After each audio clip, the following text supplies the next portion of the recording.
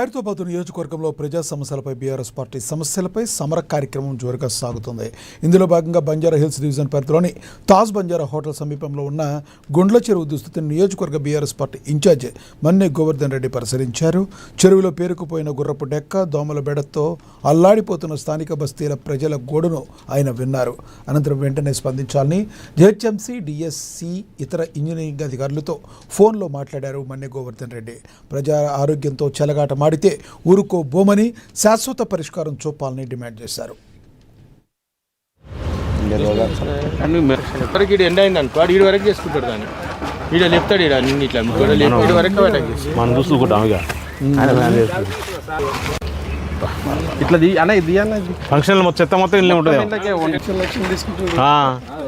ఇంతమంది ఆరోగ్యం ఖరాబ్ చేస్తాడు. ఇక్కడ వాడు మొత్తం ఇంట్లో కట్టినాడు.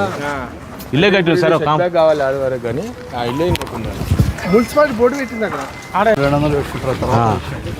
తొందరగా ఆయన వస్తేనే మంత్రి వరకు చేసే ఇష్యూ మీరే కదా చేస్తారు 100%.